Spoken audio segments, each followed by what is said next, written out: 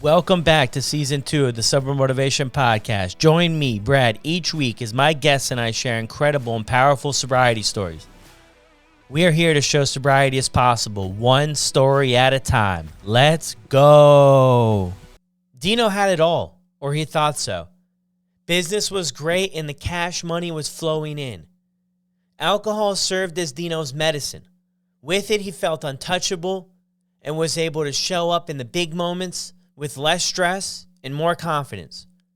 Towards the end of his struggle with addiction, Dino found himself completely alone and knew something had to really change.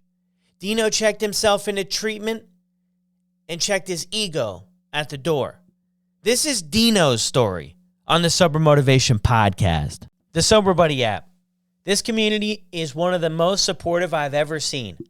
Starting with the meeting hosts who lead with support, kindness, and understanding. When someone falls, the community rallies to help support and encourage. People from all different countries who show up as strangers leave as friends. It is a true example of community and connection. What makes Sober Buddies special is everyone is working on the same mission: to get another day sober so we can live our best lives, and to provide a safe place so no one feels they have to do it alone. Check out the app today or head over to yoursoberbuddy.com and come and join us for some of our live support groups. It's hard to find the motivation to get sober when you're in the trenches of addiction. It's easy to say, I'll stop tomorrow or I'll cut back tonight. What's harder is putting action behind those words. That's why I've teamed up with SoberLink. SoberLink's remote alcohol monitoring system was specifically designed to help in your recovery, not just some breathalyzer you buy at the store. Small enough to fit in your pocket and discreet enough to use in public, SoberLink devices combine facial recognition, tamper detection, and real-time results so friends and family know instantly that you're sober and working towards your recovery goals. Visit soberlink.com/recover to sign up and receive $50 off your device. Are you or a loved one struggling with alcoholism or substance use disorder? Palm Beach Recovery Centers can help. Their inpatient medical detox and residential facility provides personalized treatment to help you get back on track. Their experienced staff is here to support you every step of the way. For more information, visit their website, palmbeachrecoverycenters.com. How's it going, everyone? Brad here. Buckle up for this one. Incredible episode. Huge thanks to Dino. Now let's get to the show. Welcome back to another episode of the Sober Motivation Podcast. Today we've got my friend Dino with us. Dino, how are you? I'm doing great. Brad, how are you? I'm well, buddy. I told you before we jumped on here for the recording, I had my 5-kilometer walk this morning, so I'm fired up and I'm ready to put a good show together for the people. Let's do it. So how we start every show is the same. What was it like for you growing up? What was it like for me growing up? You're talking to a serial entrepreneur for most of my life and still, but my earliest memories of growing up is I was encouraged by my parents to explore and believe that I could do anything and just dreaming big. I mean, from a young age, just dreaming about what I wanted to do in the future. And that just was my fuel. Yeah, no, that's beautiful. What was it like for school and in friendships and relationships? Everything like there was pretty good for you? Personally, I mean, I obviously enjoyed the relationships and the friendships, even from a kid to, obviously I'm a very social person. But the truth is that I really did not like school. I couldn't wait to get out of high school, couldn't wait to explore my potential in business and just exploring all my ideas that I had bubbling in my brain. My father was a principal of a private Greek school, Greek American school. So, obviously education was paramount in our family. And for me to have the chat with my father right after high school and saying, Dad, I know you're telling me to go to college and everything, but I've got a semester and I just don't like it. I mean, I just don't want to do it. And it crushed him. I mean, obviously, but he was beautiful enough to allow me to explore what was just my burning desire. And so he made me promise that if things didn't work out in my exploration of business ventures, that I would come back to school and graduate and get a degree, some type of degree. And I agreed to that, but I knew, when I was agreeing to it, that I'd never see a college classroom again. It was just my get out of jail free card. And I just felt completely free, you know? Yeah, no, I hear you on that for sure. So when did you start drinking? When was that introduced to your life? In a Greek family, very, and I'm sure it's not just Greeks, but, we celebrate life. We celebrate in parties and church events and things like that. So from a very young age, it wasn't taboo to have somebody underage have a sip of alcohol, right? But fast forward, probably in the mid 90s, I invented a product called Bug Band, which was a insect repelling wristband. And overnight was just a complete success. I mean, I was, in People magazine. I went on Oprah's show. I was being interviewed and all that. And I was just like, wow, this is just surreal.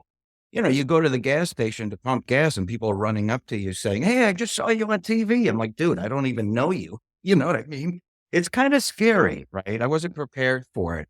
And I noticed very early on that with each interview, with each home run that I was expected now to hit, it came with the necessity to wear a suit of armor, and my suit of armor, unfortunately, came, a bottle, alcohol. Alcohol was my drug of choice, always was.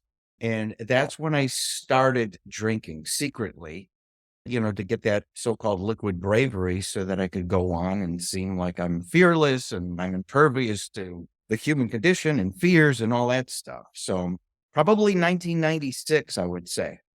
When did you first realize like you were using alcohol to solve those problems? Did it take a while? 1999. Do you have a few years? Because it took until 2020 for me to actually go into a rehab center and get clean and sober. I Yeah. knew I had a problem. I knew that I couldn't stop on my own. I was just that type of personality with, that just feeds on drive. But the thing is that during all the years of my addiction, instead of having people frown on it and tell me what a bad person I was or that I should stop, it was actually understood, accepted, and encouraged. And me saying, you know what? Look at me. I'm successful. I'm making truckloads of money. I'm inventing stuff. I'm in the middle of business. I have so many ventures. I'm not an alcoholic. I'm not a drug addict. I don't have a problem like everybody else. Right. So even though I knew that this was going to be a serious problem that I'd have to address one day, I just kept kicking it down the can for literally 20 years. So you realize you kind of had that maybe internal dialogue with yourself in 99 that if you wanted to stop, you wouldn't be able to. What was that like for you? It was conflicting, I mean, obviously you don't want to feel like you're a failure at something. And you're talking about somebody who's had no fear in his life ever. I would have never tried half the things that I tried if I had some reservation or any hint of fear. So I guess like most alcoholics, most people with substance use disorder, I mean, you attack it, these recreational drinkers and stuff. I was not one of those. Okay. I had to have it in my bloodstream. That was my medicine. And I had to have it all the time. I knew it was wrong, but at the same time, I equated that to just that medicine, right? If I have this, I can sound excited. I can have a killer boardroom meeting. I can wake up the dead. I can have people follow me. I can motivate them. I can inspire them. It became my crutch. So it was very conflicting because I knew deep down, I mean, who am I? I started hating myself. But the exterior, the persona was this polished, perfect act that very few can touch. I mean, I was just trailblazing. I like that you brought that up there too, right? That act. And just with conversations I've had with people over the years and my own story too, I mean, that is exhausting in itself to kind of keep It that is. going, especially since you mentioned 20 years. Yeah, 20 years. And let me define most of those 20 years. It wasn't just light drinking, it wasn't wine. One person's story of addiction isn't better than another. But just so you and the listeners can understand, is we're talking about a handle a day of vodka. And there's no classy way to drink vodka when you're going through a handle a day. I mean, obviously, you forget the glass, you don't need the ice, you don't need the mixers. I mean, let's face it, that's all an excuse. What you want is what's in the bottle. And so I remember I always have one in the freezer. I knew where every liquor store was in my surrounding area. I knew what time they opened. I knew the ones that closed late. I knew the ones that were open during a holiday. And you better not have a third of my bottle empty without a reserve bottle on hand because I would freak out. I mean, I literally would have a sip or two of straight vodka every hour, 24 hours a day. It would just never stop, or I would shake violently, right? Now, combine that with the cocaine or the methadone or the oxy or literally whatever was around. So it came this exhausting balancing act. Too much vodka, you got to mellow out with something else. Too much something else, now you got to take more vodka. So the equilibrium that I was chasing for, sometimes towards the end, it took me 4 or 5 hours just to reach a state of what I thought was normal. And that wouldn't last long either before the dance begins again. So it was a very exhausting life. And then the confusing part there, what you shared on before, is this stuff with business and everything else is going well. I had another guy on the podcast and he was on that show, Think You Can Dance. And he was Yeah. at the top of his game, right? Sounds like you were too, right? You're at the top of your game. And this is how you're living kind of in the shadows. And you're thinking like, oh, like I definitely inside, I think we're like, I have something is not right. Something is going on, but externally, like you're moving and shaking out there, man. So that's sort of, if I had to guess here, Dino, that's probably what was one of the reasons that kept you stuck. I mean, also there's other things, but I would say that would be one of the things is everything else kind of externally seems to be going pretty well. That's right. You hit it spot on. I mean, first of all, a shout out to everybody who's the sober warrior, whether it's a drug of choice or it's alcohol or whatever. It is a beautiful community that there's no race, there's no religion, there's no background, there's no upbringing, there's no class. You could be a celebrity, you could be an average Joe. We all have the same story. And believe it or not, it's one of the few tribes where we all respect each other. I mean, look, alcohol is an equal opportunity destroyer. Okay. I don't know how else to say it. But unlike other things that I'm used to, when you join this tribe, when you join these people that proudly wear their recovery stripes, it's not that somebody who's got 47 years under their belt should be the general and me who's got 3 years should be the private. I mean, we're all the same, right? I can now better understand how true celebrities, the stuff that you read about in the tabloids and stuff, where at first you'd say, wow, they had they had all this money, all this power, all this success. How can they just waste it away on addiction? Easier said than done. Don't judge unless you sit in those shoes and find out the unrealistic expectations that are put on you. And obviously, you want to please, you want to be liked. It's inherent in everybody that we want to be liked. We want to be seen as a good person, successful person. And it just becomes fake. You're living a lie. Yeah, it's so true. Sometimes I'll post a celebrity story and people will mention it's not common, but sometimes people will. Well, it must be nice to have all the funds, to go to the nicest places. And I don't know what the answer is to that, but I don't know if it's harder for somebody who's going to have all the funds who could carry on completely the same way and experience less consequences than somebody with very little is going to experience a ton of life consequences, jail, getting kicked out of their house, getting their lights cut off and stuff. I don't know. Both of those situations, I think, are going to pose an extreme challenge to getting sober. I heard this thing where you mentioned alcohol as an equal opportunity destroyer. Many moons ago, I mean, from Yale or jail, it can affect anybody. And we're hearing more and more of those stories. As more people share their stories, I think more people become comfortable to sharing their stories. I'm wondering, Dino, did anybody in your life mention anything to you or know the extent of your addiction? Good question. Well, first of all, let me not discount the fact that I'm divorced 3 times.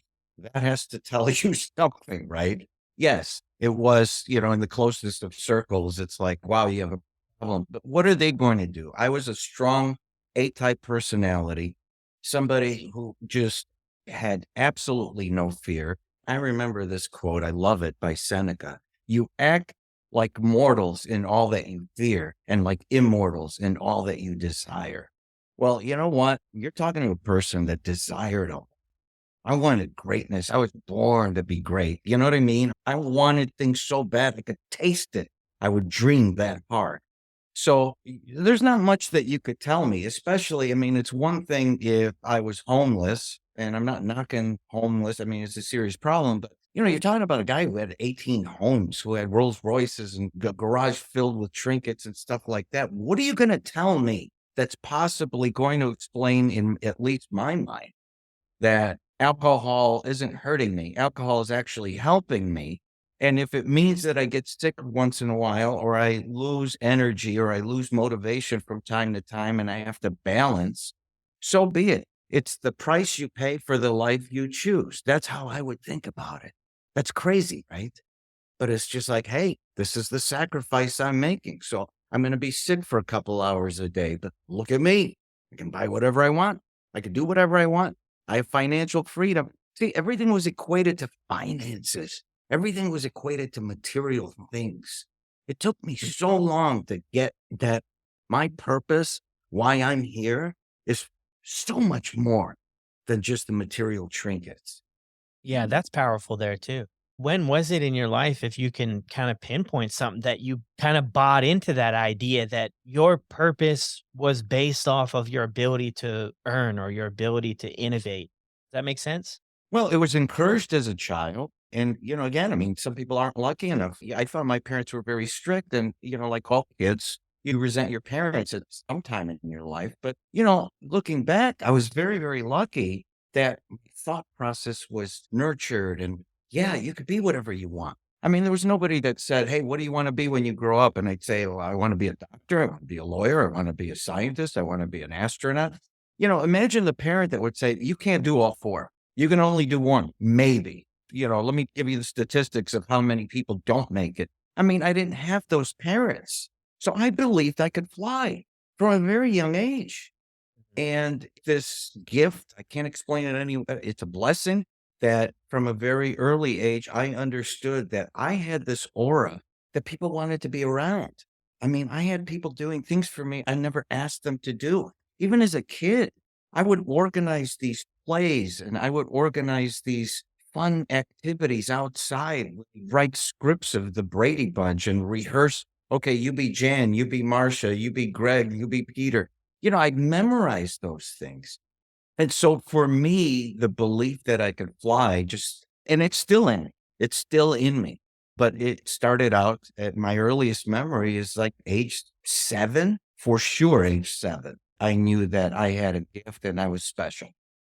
Yeah, I got you on that.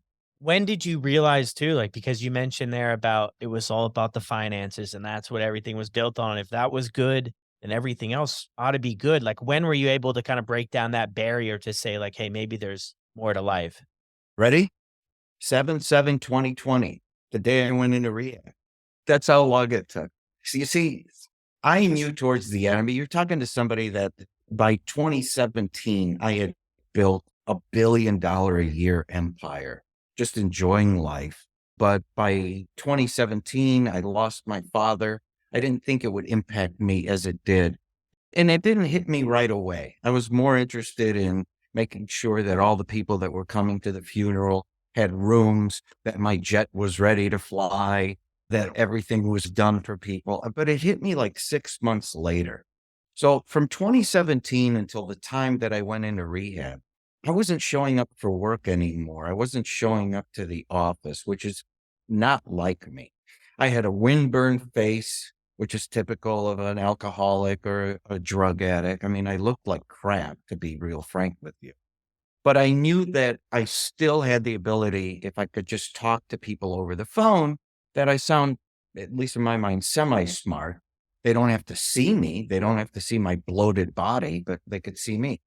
But I mean, it got so bad where I would have these hallucinations. I remember I'm in this huge house, this compound, I call it, in San Diego, and I have all these statues and beautiful things in my house. And there were many times that those bronze statues turned and looked at me and actually had a conversation with me. Or my cats were giving me sound business advice. I was off the rails by that time. Every friend I had, every business associate that I had was not distancing, but I will say this, there were a lot of people who took pleasure in seeing the king bleed. There were a lot of people that took pleasure in knowing that now that I'm in a weakened state, they can overtake me or feeding my paranoia suggesting that there's people in my house and I need to carry guns. And I was just losing my mind. So towards the end, I remember holding a handle of vodka.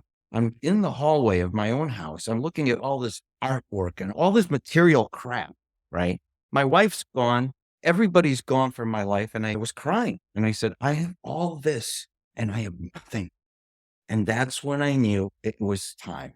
I didn't care about what other people thought of me. I didn't do it to get back my wife. I didn't do it to get back so and so or show up so and so. I did it for me. For the first time, I did it for me. And you know what the hardest thing for me when I went into the doors of rehab was? It wasn't surrendering that I need help. It was turning off and surrendering my phone. Well, what if I miss a call? What if I miss a meeting? What if I miss this? What if I miss? And I finally came to the understanding that, Dino, whatever you remember your life up to this point, kill it, kill it. Learn from these guys. Be humble. Put your ego in check. Don't tell people what you were, or what you owned, or what you created. You're a regular guy. And just learn. And all good things will happen after that. So it was really the first time in my life that I surrendered my ego at the door. And it was the best thing I could have done, Brad. Yeah, wow, that's powerful. Bring us back though a little bit. So 2017 is when things started to maybe speed up a little bit, and then A you get lot of it. a lot of it, and then you get sober in 2020. Throughout this whole time, this 20 years, did you ever try to get sober? Did you ever do anything like, I'll check out a meeting, or I'll talk with a therapist, or I'll talk with a buddy I know that might be sober? Like, did you try anything throughout this? I tried mildly, and you have to understand, again, the reservation that if I'm giving up something that gives me superhuman strength to be successful in business, wow, that's going to affect and impact me financially, right? But I did try a few times. And I'm not knocking the therapy or the work, but one of those times was with a psychiatrist. Now, obviously they're there, they're useful and so forth. I'm not knocking the industry, but for me, my personal experience was they didn't want to hear what was in my head. They didn't care what my fears or phobias was. At least that's how I felt. All they wanted to do was experiment with dosage and up it every 2 weeks. And this is going to take 6 weeks to stay in your system. This is going to take long. And basically all these, it would slow down my already lightning fast brain to the point of almost being a walking zombie. I threw all the prescriptions out and I started drinking again because I'm just like, I can't do this. My brain is my life. My thought process is connecting the dots that I see as far as opportunities is my life. You think I'm going to give that up so I can be Night of the Living Dead? I can't do that. And so I would always quickly just justify that. You see, that's why I'm drinking. You see, yeah, I have heartburn. I have no stomach lining. Everything bothers me. I don't look as good as I should look, but that's the sacrifice I have to do because now not only do I have an empire, but I have brokers and people working with me, for me, that I've personally mentored and made millionaires. And for me, I cared more about them than me. It's insane. I mean, at some point, if I'm not whole, I'm no good to anybody, especially my family. My poor ex who put up with I don't know how much, you know what I mean? Just to see me day by day, just slowly deteriorate and become delusional. But the money was always there. We want to have fun. Let's go shopping. Let's go on a huge vacation. Let's get the best hotel because we can. Why get the top penthouse? Because it's the best. I mean, that was the thought process. So it's kind of hard to unlearn that stuff. Yeah, there's a lot of different stuff that you were tied into, and I'm starting to see the big picture here now too. Like that this was Yeah, just tied into everything, right? This was really tied into your identity. Like this was who you were. correct. This was exactly who I was. And I put myself at such a high standard. It wasn't sustainable the way that I was living, but I just, it's really, really difficult. I don't think there's anybody out there that when you hear people that say, well, just snap out of it or you need to slow down. Well, just think positive thoughts. Easier said than done. But when you're talking to an addict, whether it's the drug of choice or alcohol or both, whatever it is, right? We're all the same unless you're ready for your own reason, Nothing that somebody's going to tell you is going to matter. Nothing. You'll nod your head and you'll say, hey, thanks, I know, but it doesn't matter. The only thing you're thinking about is making sure that you have a steady supply of drugs or alcohol or both to get you through your day. That's it. Yeah, so true. So what happened on 7/7/20? What happened leading up to that? How does Dino go from this story, this identity, this life to someone who goes into rehab? Because what I'm hearing up to this is that's complete opposite of everything that, you wanna do or you're interested in. It, Tell me how that plays it out. It is, it is. But let's put it this way, right? Where everybody's like a shopping spree or something like that, going to a great mall that has all these fancy stores. You consider that, you equate that with some pleasure. I mean, let's face it, no matter who you are, it's fun to be able to go in, especially when they close the store for you and they give you champagne and strawberries and they have 5 people kissing your butt. Again, these are not important things, but at the time they were, right? But imagine now going to the mall over and over again, and I swear to God, you go to stores and pretty much you've already purchased everything that the salesperson is showing you. It wasn't fun anymore, right? It wasn't fun anymore. And I just got tired of it. And I didn't have anybody else in my life. I lost my wife and material things started to become seemingly meaningless. I walked away from $1 billion a year business.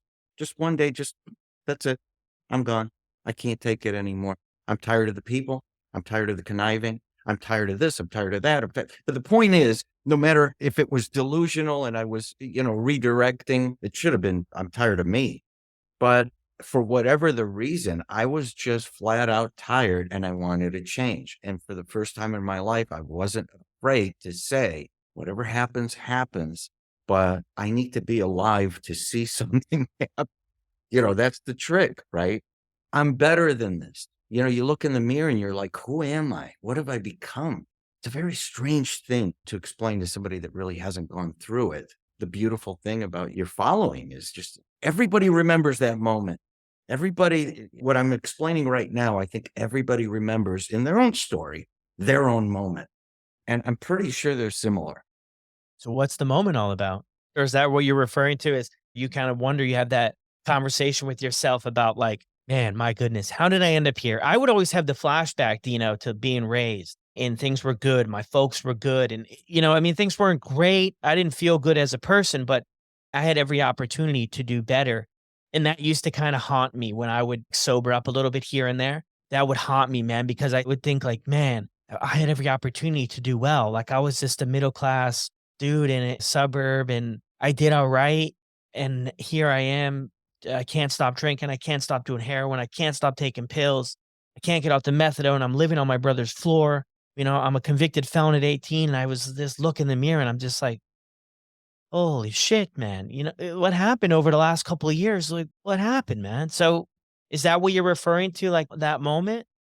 Yeah, and it was the moment I was actually hardest on myself. You mentioned, and that's a great story where you're thinking about your past, your childhood, and everything like that.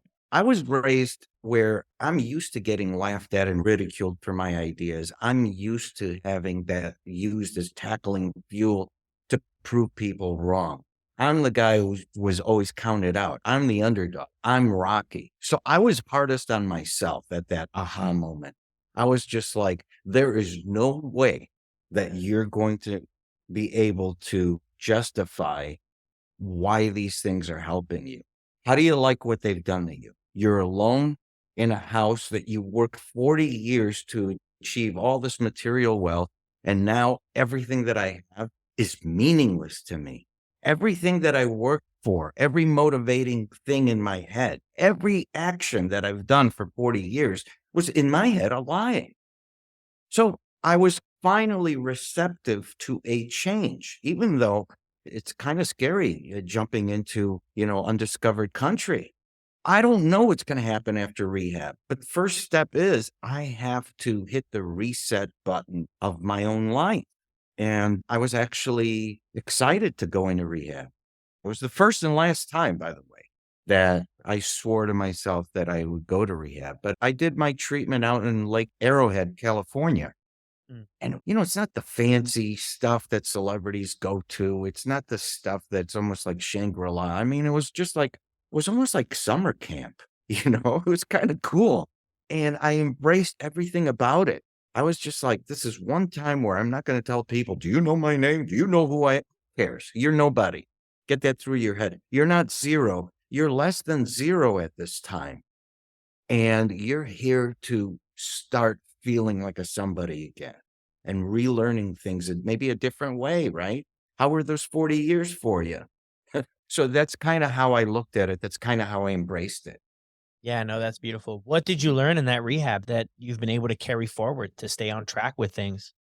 What I learned was just a lot of things, because I'm a very, very keen observer. And I mean, it served me well over the years, right? But so I knew that I had to replace bad habits with good habits. I knew that from day one.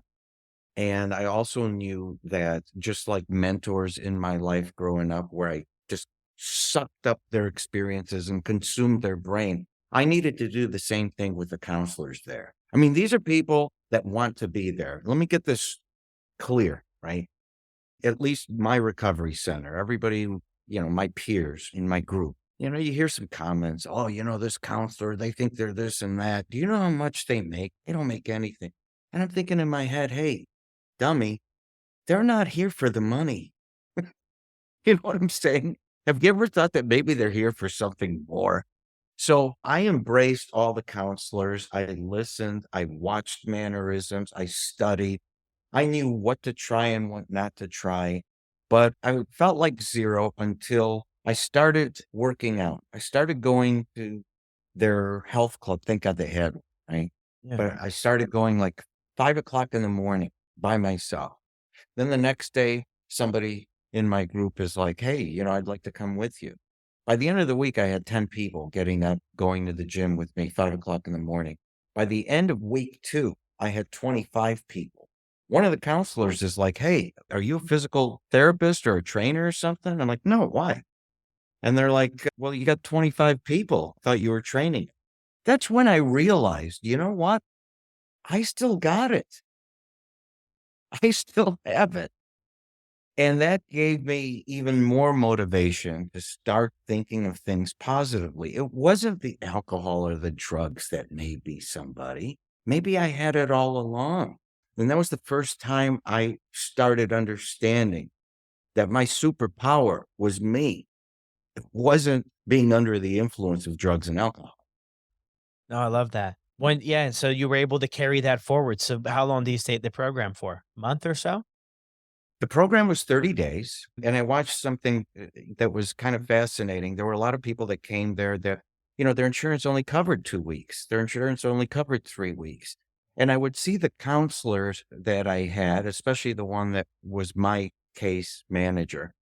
And I would see that she was so happy the first week, second week, and towards the third week, she was sad. And I asked her, "Why are you sad? I mean, you normally you see me progressing, you should be happy." And she's like, "Well, because I'm happy for you, but I know that 30 days isn't enough, especially for most people. I think that ongoing care is important, and there's no guarantee." She told me, she explained finally the relapse statistics, which just kind of blew my mind. I had no idea how high it was. And I knew that I was in a protective bubble, but the real life and real work started when I got out. I knew that. I'm just like, if ever I was going to be tempted, if ever I was going to have a fear or a question or something, now's the time to get it out. Here's the place to learn. Because once I get out, that's when the real work starts. I knew that. I knew that. So when I got out of rehab, it was smack dab in the middle of a COVID lockdown. Well, let's just put it this way. I mean, the effects of the COVID lockdown, I believe, haven't even been close to being measured yet. You're talking about PTSD, depression, isolation, anxiety, all of the above, right? And when everybody would sit there and look at these podcasts or these things where they're happy families, happy couples being together, locked down in COVID, I was always thinking the opposite. Can you imagine if you're in a toxic relationship with somebody? Can you imagine if you're in an abusive relationship with somebody? You're stuck in the same place with them. Oh my God, what does that feel? Right. So I knew that I had to do something. I needed to I couldn't be the only person feeling like this, and that there was a better way, a better life. And I decided to spend most of COVID not binge watching 456 episodes of Law and Order or, what everybody else was doing, but I wrote a book because I believe that now more than ever, accelerated by COVID, people need hope. People have lost hope. And I believed that then. I still believe that now. Actually, I can prove it. But so I wrote a book. I've never written a book before. Admittedly, I told you I didn't like school, which included I hated reading. So you're talking about somebody who committed to writing a book who, shouldn't even be writing it. But I had a story to tell. I had a 40-year story to tell about that always moving forward, that Rocky story, the rags to riches, and the addiction that comes along with it. Just kind of peeling the curtain back on sometimes the ugly side of success. I wanted people to know. And typically, it lived a very private life. So for me to open and tell a story that might inspire somebody else was a big deal for me. Yeah, wow. I know you had written a book. I didn't know it was inspired by that stuff. And that's incredible, though. And I think that is too the story you don't hear very often, right? Because success and struggling with addiction. I mean, I don't know if people draw it up that it's as common as it is, right? Because a lot of time when you're flying and you're moving and you're shaking, you're all over the place, you're doing all this incredible stuff, the stress you must feel to keep this whole thing moving forward is incredible. And the drinking will, at first, it probably was an incredible way to kind of keep this going. And it didn't probably have big consequences. And you're like, oh, yeah, I found it. And then it kind Right. of, it grows, right? Exactly. You're talking about a guy who's clean and sober, bursting with ideas, and, who had the mantra in their life of dream big, think about tomorrow, think next week, think about 10 years from now, 20 years from now. What do you want to do with your life? Right. That's my mantra. The recovery mantra is conflicting, one day at a time, 1 minute at a time, 1 hour at a time. Well, how can I be a dreamer and think one day at a time? And so I did something that actually is pretty nuts, at least the people that I've talked to. And it was, I'm not saying this for everybody else, but for me, one day at a time is simply fear based. I'm afraid to think about tomorrow because I have to think about today. I have to concentrate about today and get through the day. That flies completely opposite of what I'm wired as from a very young kid all the way current throughout my entire life. And so I was just fighting these two philosophies, right? And one day I was just like, I have to embrace who I am. I'm in recovery. And it's not like one day I'll be able to drink socially. Okay. I can never drink again. So I started thinking of things in ways that I can understand, right? So think about allergy season. Everybody talks about the pollen and, oh, I got to stay inside. And if somebody has watery eyes and an itchy throat or a runny nose, they're just like, oh, it's allergy season. Nobody's ever going to say, hey, I know you're feeling miserable, but here's the best pollen I have ever found. I swear to God, if you have this pollen and you sniff it, you won't get sick. I mean, they respect your boundaries. Here comes recovery, right? I'm a recovering alcoholic, a recovering drug addict. And people are just like, hey, that's great. I'm glad you're clean and sober because you needed it. Eventually, you'll be able to drink, right? Socially. And so I started saying to people, I'm just one of those dudes that's allergic to alcohol. That's all. I didn't blame alcohol. I didn't blame the people who can have it socially Mm. and responsibly. I just knew that this is one battle that I couldn't win. I had to embrace it. I had to learn and not be afraid of it. And so what I did is I didn't avoid bars. I didn't avoid beer commercials. I didn't avoid people that do drink. I avoided all my past. I just basically disintegrated all the drug dealers and all the people that just basically enabled me, right? Okay. We're talking about the new Dino post 7720. And here's a guy that wants to interact with society in all forms and not just look at it with rainbows and unicorns and be in this protective bubble because life isn't always a protective bubble. life comes with different challenges. And I wanted to basically like train for a marathon. I wanted to be able to interact and feel comfortable around the drug that destroyed my life. Don't try this at home, but I will tell you, I have a fully stocked bar in my house. Not for me, doesn't tempt me at all. But if I do have friends and family, guests that come over and they happen to drink and they want a drink, then I'm able to offer it to them and not make them feel weird about, oh, what do you bring a recovering addicts? What do you bring them at the house? Do you bring soda? Do you act weird? Do you talk about alcohol?